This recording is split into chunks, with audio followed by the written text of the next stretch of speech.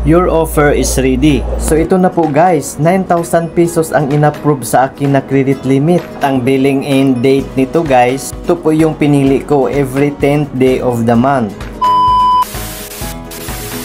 Hi guys, magandang araw po sa lahat. This is Melvin once again and welcome back to my YouTube channel.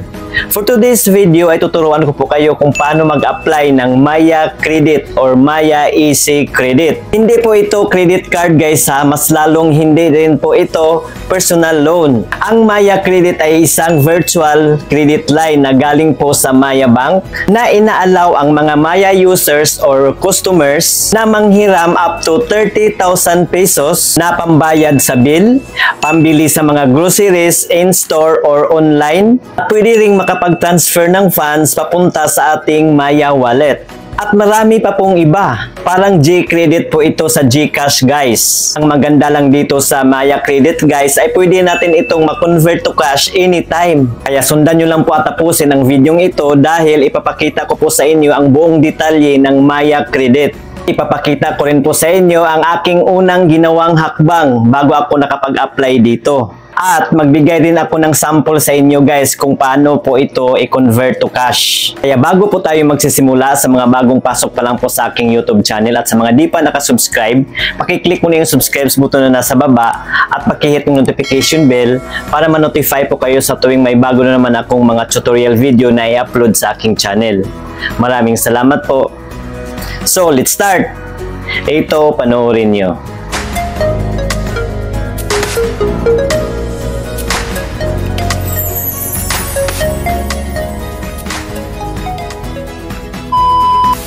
So ayan po guys, nandito na po ako sa aking Maya dashboard. At dahil Maya Credit ang a-applyan natin, i-click lang natin itong credit. Maya Easy Credit. Extra budget. Get up to 30,000 pesos in seconds with Maya Easy Credit. So ito po ang una kong pag-apply guys. At sa una kong pag-apply, ito po ang nangyari. Pag pindot ko nitong apply now, get the funds you need with Maya Easy Credit. So ito po yung mga pwede nating gamitan nitong Maya Credit guys. Pay with credit in store and online. Pay your bills on time. Transfer to your wallet. Get load, gaming, pins, and more. So pinindot ko ulit itong apply now. And then nag-pop up itong privacy notice. Pag pindot ko nitong continue guys, Maya Easy Credit isn't ready for you yet. To improve your chances of getting Maya Easy Credit, keep using Maya to pay your bills or pay via QR or card at our partner merchants. So bago pa po kasi ang aking Maya account nito guys, kaya hindi pa ako eligible na gumamit nito. At para daw may chance na magamit ko ito or makuha ko ito, ay kailangan ko pa raw gamitin ang iba't ibang features at services ng Maya. Tulad po ng P-bills, pay via QR, at sa paggamit ng card ng Maya doon po sa mga partner merchants nila. So may nakalagay dito sa baba guys, put me on the wait list. We'll let you know when Maya Easy Credit is ready for you or apply again after 60 days. So kapag gagamitin daw natin itong put me on the wait list guys, ay ipapaalam daw sa atin ng Maya kung ready na ba ito para sa atin. Or pwede raw tayong mag-apply ulit after 60 days. 2 months po yun guys. At dahil gusto ko pong maghintay ng notification galing sa Maya kung kailan ready na po ang Maya Credit para sa akin, pinindot ko ito guys, Maya Credit wait list. So ito po yung privacy notice nila guys.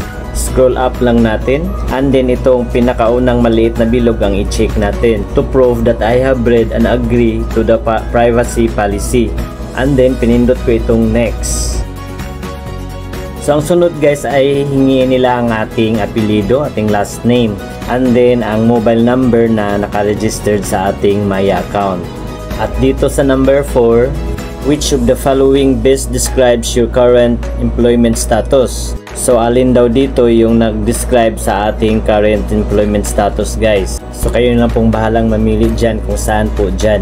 At dito sa number 5, how much is your monthly income? So gusto po nilang malaman kung magkano po ang kinikita natin buwan-buwan. At dito sa number 6 guys, how long have you been working for the company? So gusto po nilang malaman guys kung ilang taon na po tayo nagtatrabaho sa ating pinagtatrabahoan. So may mga pagpipilian dyan guys. Pagkatapos kong pinilapan ito guys, ay pinindot ko na itong done.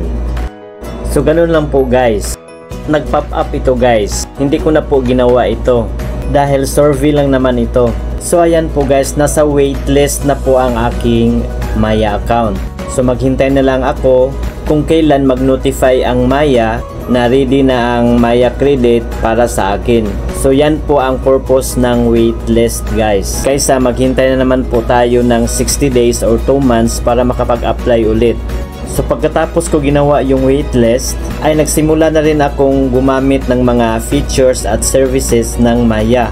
Nag-open po ako ng savings account sa Maya. Kumuha po ako ng kanilang debit card. Dito na rin ako bumibili ng load. Lagi po akong nagka-cash in sa aking Maya wallet. At ito na rin po ang ginagamit ko sa pagbabayad ng mga bills, loans, at sa aking mga binibili online at in-store. At nakalipas ng 1 buwan guys, ay nag-notify na ang Maya sa akin guys na ready na daw para sa akin ang Maya credit. So yun, binuksan ko agad ang aking Maya account at in-applyan ko na naman. Pinindot ko ulit itong credit at sa mga interesado nito guys, sasundin nyo lang po ang ginawa ko. Pagkatapos nyan, pindutin natin itong apply now and then click ulit natin itong apply now. Kung gusto nyo basahin itong privacy notice, basahin nyo na lang. Pagkatapos niyan, i-click natin itong continue.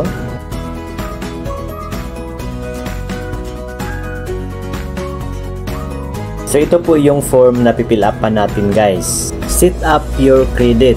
To enjoy your Maya Easy Credit, please provide your following information. So hiningi ng Maya guys ang ating billing details. So una ay mamimili po tayo ng billing in date. Ito po yung cut-off date guys na mag-send na ng bill ang Maya credit. Next po ay ang ating billing email address. So dito i-send ng Maya ang ating bill. Next po ay itong ating personal details. Una po ay ang ating gender, ang ating kasarian. Next po ay ang ating marital status. Next po ay ang ating alternative mobile number kung meron po. Pero kung wala, okay lang din dahil optional naman po ito. Next po ang ating mother's maiden name. Ang buong pangalan ng ating mother sa dalaga pa po siya. First po ang kanyang pangalan, ang kanyang middle name. Kung wala po siyang middle name guys, click lang natin itong may maliit na bilog para malagyan ng check. Next po ay ang kanyang apelyido. At pagkatapos natin ma-fill upan yan guys, click natin itong continue. At dito sa page 2 guys, assign a contact reference. So if ever na hindi po tayo makontak ng Maya, ay itong contact reference na ilagay natin dito ang kukontakin nila. At kailangan po ang contact number na ilagay natin dito guys ay nakasave sa ating phone gallery. Dahil pipindutin lang natin ito dito. Next po ay ang pangalan ng ating contact reference. And then ang kanyang apelyido. At ang contact relationship na ilagay natin dito guys, ay kailangan raw ay ang contact info ng ating parent, pwedeng sibling, pwede ring asawa natin o kung meron, ating mga anak, ating grandparent, grandchild, pwede ring in-law, pwedeng friend or colleague. Pagkatapos nating ma-fill upan yan guys, ay click natin itong continue. At dito sa page 3 guys ay confirm na natin yung mga detalye na nilagay natin guys. I-double check natin kung may mga maling spelling or may mga maling information. Pwede nating balikan yung previous kung may mga mali po tayong nailagay. At kapag okay na po, click lang natin itong confirm na dito sa baba. Help us give you the right loan offer. So i-click lang natin itong allow guys. And then click natin itong allow. At ayan po, processing na po ang ating information. Your offer is ready. So ito na po guys, 9,000 pesos ang in-approve sa akin na credit limit. Ang billing end date nito guys, ito po yung pinili ko every 10th day of the month. At ang due date nito guys ay every 15 days after po sa billing end date. Halimbawa po ang pinili ko pong billing date ay Pizza G's. So Pizza 25 po ang aking due date. Kada buwan po yan guys ha. At ito po yung mga fees and interest ng Maya Credit guys. Effective interest rate ay 5.55% at may service fee na 5.49%. Plus documentary stamp tax. So tingnan natin itong sample ng computation guys. Click natin itong see sample computation. Sample billing computation. Coverage period April 1, 2022 to April 30, 2022.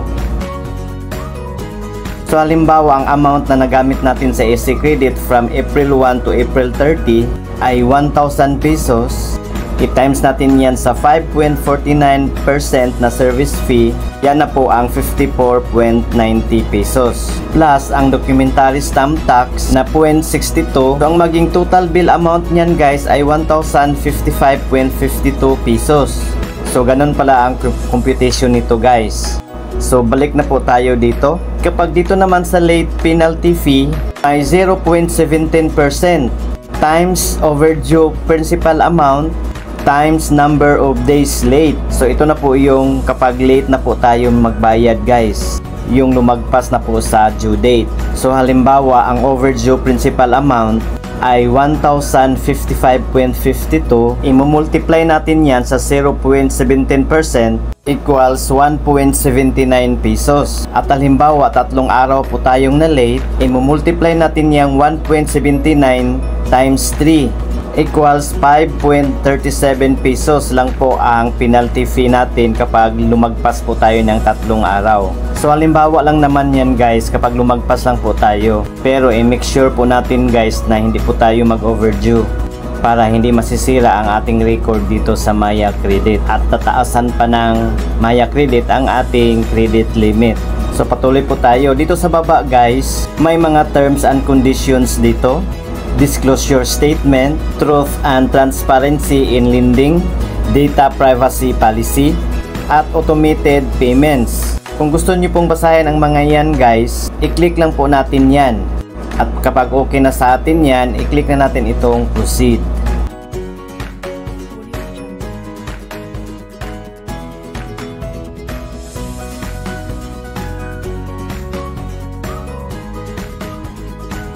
And then mag-send ang Maya ng OTP sa mobile number na nakarehistro sa ating Maya account. At pagkatapos nating mailagay dito, i-click natin itong verify.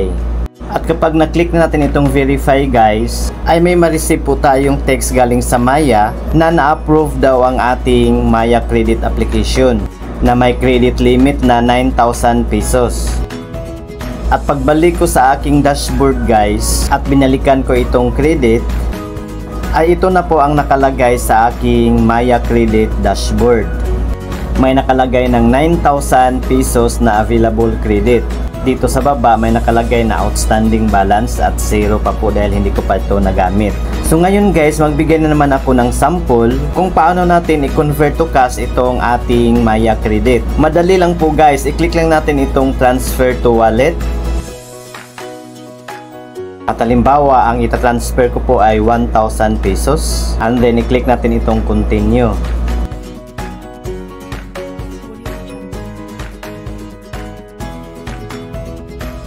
Madagdag na pala kaagad ang service fee at document stamp tax. At pagkatapos niyan, i-click natin itong transfer now.